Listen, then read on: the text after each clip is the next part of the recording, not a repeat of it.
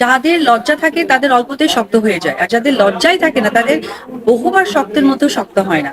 আমি চাই না পারিপার্শ্বিক যে কাদা ছোড়াছুড়ি গুলো করছে এগুলো বাচ্চাদের উপর ইফেক্ট আসুক। না, আমি ভক্তদেরকে বলবো আসলে মনক্ষুণ্ণ হয়েছে, 100% রাইট আছে তাদের, কারণ জয়কে অনেক ভালোবাসে।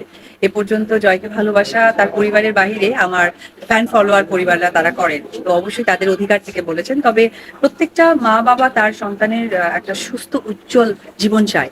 আর আমার এখানে বাইরে পাঠানোর আরো বিশেষ কারণ আমি যেটা কখনো বলতে চাইনি, বাট একটি কথা বলতে চাই, আমি চাই না পারিপার্শ্বিক যে কাদা ছোড়াছুড়ি গুলো করছে এগুলো বাচ্চাদের উপর ইফেক্ট আসুক, দ্যাটস ইট। দিদি, এই যে প্রতিবারই কিছুদিন পর পর দেখি যে বিশেষকে কেন্দ্র করে সোশ্যাল মিডিয়ায় একটা গ্রুপ এই যে কাদা সুত্রি কেটে নেয় আপনার নাম জড়িয়ে তারপর সেটাকে ছড়িয়ে দেয় চারিপাশে।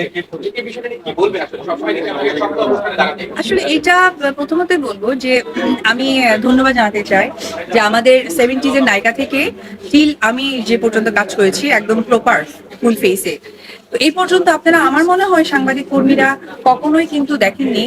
বন্ধু ভালো আছো? হ্যাঁ, ওরে বাবা।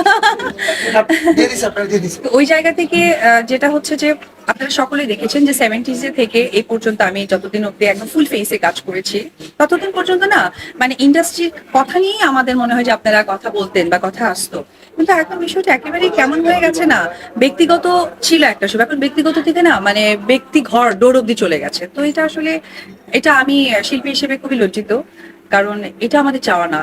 কারণ দর্শকরা আমাদের কাছ থেকে ভালো কিছু শিখবে, ভালো কিছু জানবে, এটাই আমাদের কিন্তু দেখানো। কিন্তু প্রতিবারই দেখি যে এই বিষয়গুলো নিয়ে একটা কাদা ছোড়াছুড়ি হয়, সেটা আপনি হয়তো সবচেয়ে অবস্থান সোশ্যাল মিডিয়া হোক সংবাদ সম্মেলনের মাধ্যমে কথা বলে তিনি কিন্তু শক্ত কোনো অবস্থান দেখি না, যে বারবারই এইগুলো যে repeat হচ্ছে সেটার প্রতিকারের জন্য শক্ত কোনো অবস্থান নেওয়া যায়। ভাইয়া দেখেন, যাদের লজ্জা থাকে তাদের অল্পতেই শক্ত হয়ে যায়, আর যাদের লজ্জাই থাকে না তাদের বহুবার শক্তের মতো শক্ত হয় না।